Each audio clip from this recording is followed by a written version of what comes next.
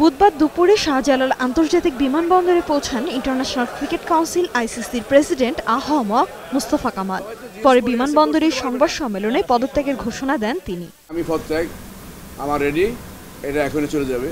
এখন থেকে আমি যে বক্তব্য দেব সেই বক্তব্য হবে সাবেক সভাপতি হিসেবে আইসিসি। মুস্তফা কামাল জানান, বাংলাদেশ ভারত কোয়ার্টার ফাইনালে তদন্ত দাবি করায় ক্ষমা প্রার্থনা করে লিখিত বক্তব্য দিতে বলেছিল আইসিসি। প্রস্তাবে রাজি না হওয়ায় ফাইনালে তাকে পুরস্কার দেওয়ার সুযোগ দেওয়া হয়নি। আমাকে মিটিংয়ে নিয়ে বললেন যে you will have to submit apology submit না করেন তাহলে স্টেটমেন্ট যেটা দিয়েছেন সেটা উইথড্র করে নেন। আমি বললাম যে সেই স্টেটমেন্ট আমি উইথড্র করবো না। সেই স্টেটমেন্ট হচ্ছে 16 কোটি মানুষের মনের কথা। আমাকে বলা হলো আপনি অ্যাপোলজি সাবমিট করবেন না, স্টেটমেন্টও প্রত্যাহার করবেন না, সো ইন দ্যাট কেস আগামীকাল আপনি পুরস্কার দিবেন না। তিনি আরও জানান, কোয়ার্টার ফাইনালের ওই ম্যাচ চলার সময় তার নিষেধাজ্ঞা উপেক্ষা করেই মাঠে ভারতের পক্ষে এককভাবে প্রচারণা চালানো হয়।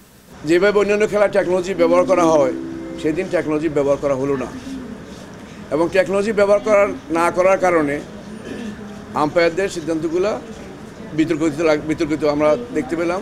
তবে ভারতীয় খেলোয়াড়দের অপরাধ ছিল না উল্লেখ করে তিনি বলেন, সমস্ত বিষয়টির জন্য আইসিসি চেয়ারম্যান শ্রীনিবাসনই দায়ী। ক্রিকেটের ইতিহাসে এই প্রথম ঘটনা ঘটলো। ক্রিকেটে এরকম ন্যাকারজনক ঘটনা কখনো ঘটেনি। যিনি ক্রিকেটকে কলুষিত করার চেষ্টা করেছেন তিনি করতে পারেন নাই। সমস্বরে মাঠের সকল মানুষ বলছে মানি না। চেয়ারম্যানের এই আচরণের পর ক্রিকেট বিশ্বের সমর্থনে বাংলাদেশেরই জয় হয়েছে বলে উল্লেখ করেন মুস্তফা কামাল। পাশাপাশি তাকে সহযোগিতা করার জন্য জগমোহন ডালমিয়া এবং পাকিস্তান ক্রিকেট বোর্ডকে ধন্যবাদ জানান তিনি।